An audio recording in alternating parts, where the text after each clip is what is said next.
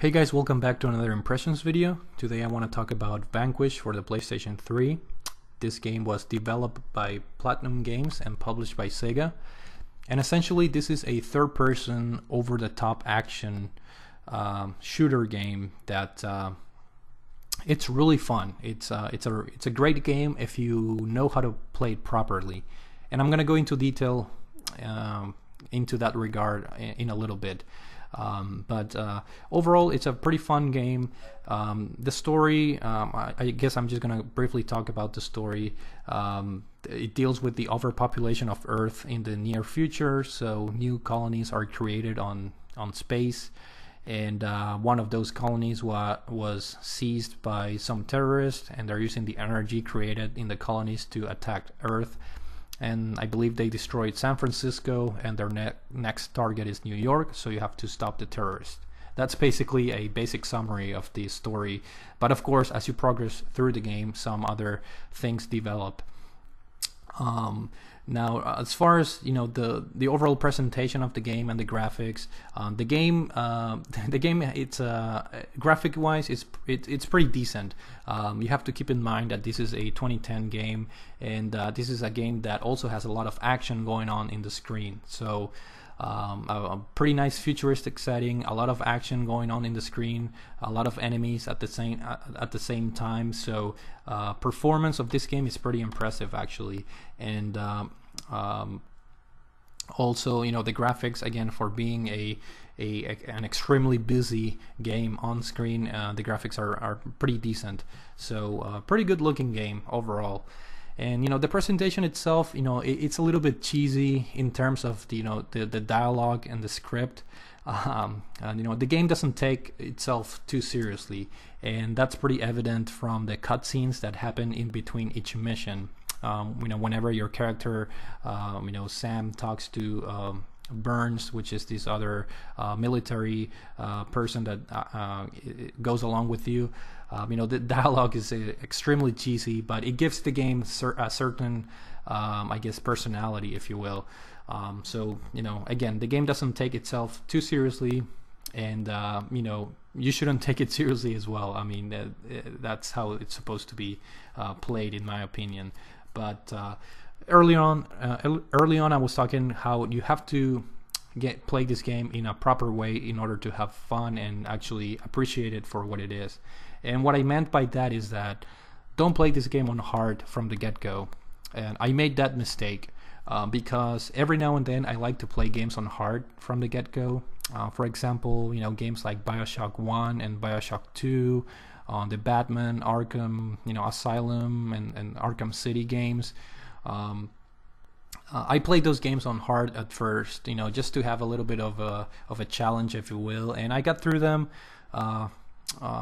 just fine. But this game, the problem with playing on hard is, well, for once, the game is pretty hard, and two, you do not you do not take full advantage of the gameplay mechanics of this game, because this game has some pretty unique elements that separates it from other third-person cover shooters, if you will, like Gears of War or Binary Domain. In this game, you have this special suit right here in which you can use some special abilities. One of them, I believe it's called the AR mode, in which everything goes into slow motion, and which is nothing new in terms of games like Red Dead Redemption and the Max Payne games have that slow motion sequence where you have more time to shoot enemies.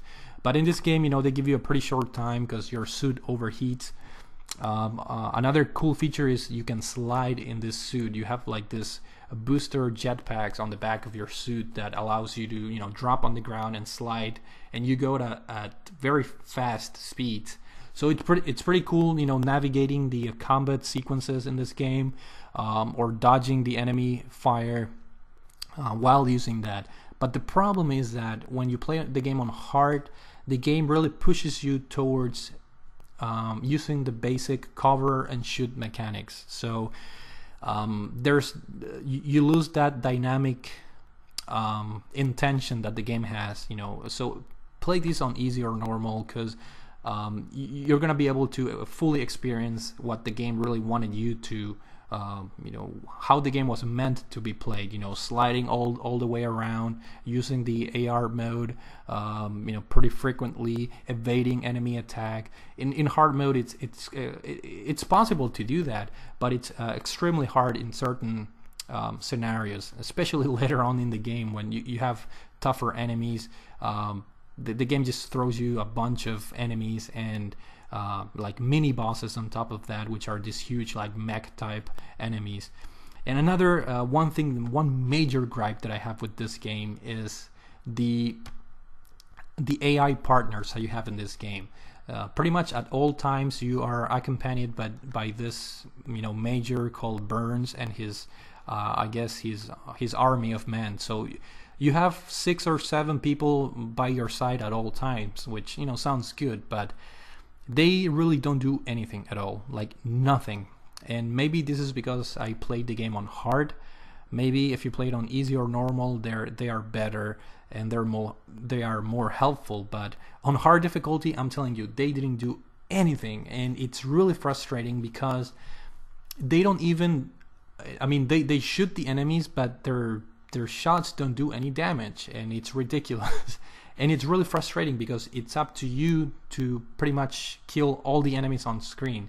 And not only that, but it's really unfair because even though they shoot the enemies, they don't deal any damage and they don't draw any attention. So if you are facing, say, 8 enemies, all 8 enemies are pretty much looking at you 95% of the time. Like they're shooting at you exclusively, while they have other your AR partners are shooting at them, but they're not getting shot. So even if you try to hide and even if you don't shoot the enemies still focus on you, and this is extremely frustrating later on in the game when you have like mini bosses, like huge mech type enemies plus the regular soldiers shooting at you, and your AI partners are not doing anything at all. So extremely frustrating.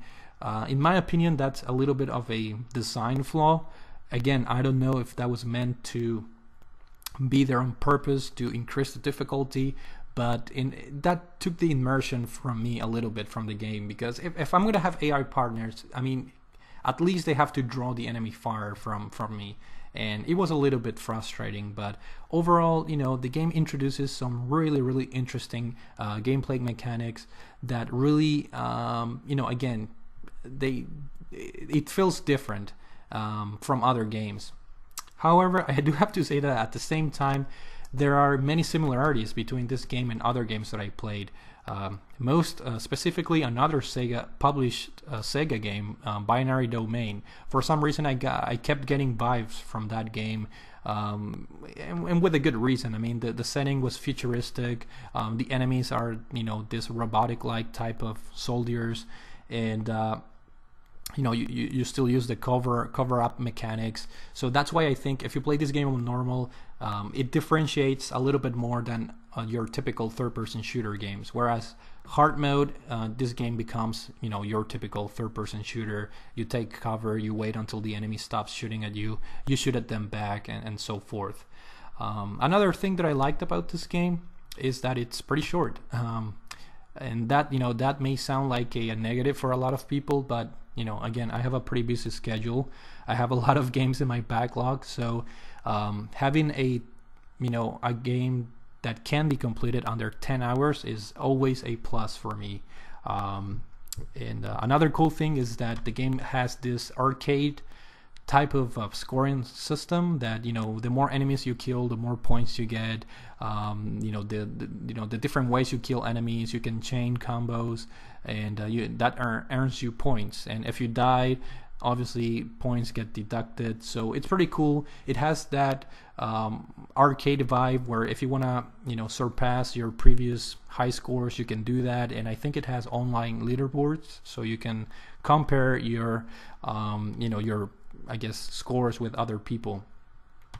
And the final thing, the game also has some a challenge mode that it's pretty hard. I haven't really played a whole lot, but it's there for to extend the replay value. And one more thing that I want to mention, and it goes back to playing the game on hard mode. When you play the game on hard mode, unfortunately, the game encourages you to use the regular weapons, and by regular weapons I mean, you know, your typical assault rifle, your typical shotgun, your typical rocket launchers, your typical, you know, heavy machine gun. Whereas, you know, if you play the game on easy or normal mode, the game does have some pretty unique type of weapons that allow you to, you know, explore a little bit more. They're fun to use, but in hard mode you don't really have that luxury of using I think one weapon is called the laser or something. It requires you to lock onto several enemies at the same time. But in hard mode, you know, the enemies are completely after you, so you don't really have any time to aim your weapons or to take the time to aim your weapons. So, you know, again, that's another major gripe that I have. But, you know, in a way it's my fault because I jumped straight into hard difficulty. But if you want to enjoy the game, you know, use the several weapons, you know, use the, you know, the different items that the game has to provide. You know, again, normal mode, it's the way to go to enjoy this game. And if you're interested in a challenge, then, you know, after you beat normal mode, then go for hard. And, you know, the game being really short, you know, it's not gonna take you a whole lot to replay the game twice. But, you know, since I already started the game on hard, I kept on going on hard difficulty. I figured, you know, what the hell, I have a lot of games in my backlog. I just want to get this game done with, and I'm really glad I played this game because it's really fun, and I highly recommend. If you guys are into third-person shooters, this is a pretty interesting one. Some pretty unique concepts, and pretty fun arcadey type of gameplay. So yeah, hopefully you guys enjoyed this video, and thank you for watching.